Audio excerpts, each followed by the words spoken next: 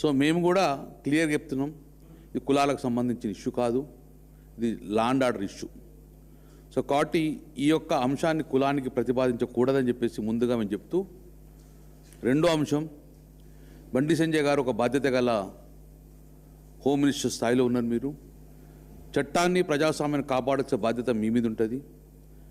So ఈ కేసుకు పూర్తిగా సహకరించి నిన్న మీరు ఇచ్చిన స్టేట్మెంట్ కరీంనగర్లో నా కొడుకైనా పర్లేదు ఎవరైనా కానీ తప్పు చేసి శిక్షిస్తున్నారు, దాన్ని సాగసిస్తూ ఇప్పటికైనా చట్టానికి మీరు సహకరించమని కోరుతూ నిన్న కూడా ఒక వ్యాఖ్యలు చేశారు.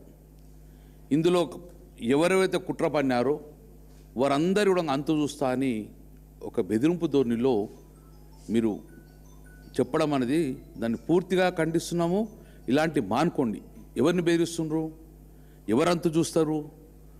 ఆ బాధితురాలను అంతం చేస్తారా? లేకుంటే ఎవరు మాట్లాడిన రాష్ట్రంలో ఎవరు మాట్లాడినా వాడు అంతం చేసే దిశగా ఈ మాటలు ఒక హోమ్ మినిస్టర్ స్థాయిలో ఇది మీకు మంచిది కాదు.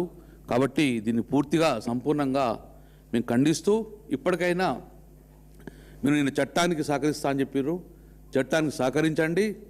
ఎవరు దోషినాడు వారికి శిక్ష పడే చేస్తాను. కాబట్టి డెఫినెట్గా పోలీసుకు చట్టానికి సంపూర్ణంగా మీరు సహకరించాలని చెప్పేసి మా ఎంపీగా మా రాష్ట్రం యొక్క కేంద్ర మంత్రిగా మీ అందరికీ కూడా చెప్పడం జరుగుతుంది.